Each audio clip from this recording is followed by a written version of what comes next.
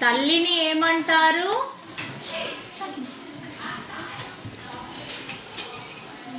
అమ్మా. ఆడవాళ్ళు చెవులకు పెట్టుకునేవి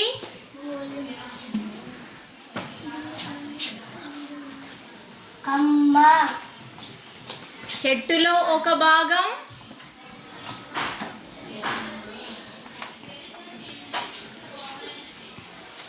కొమ్మ.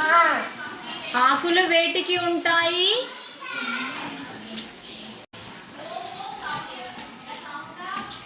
రెమ్మ.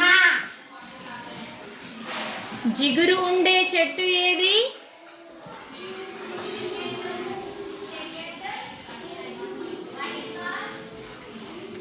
తుమ్మ. పిల్లలు వేటితో ఆడుకుంటారు?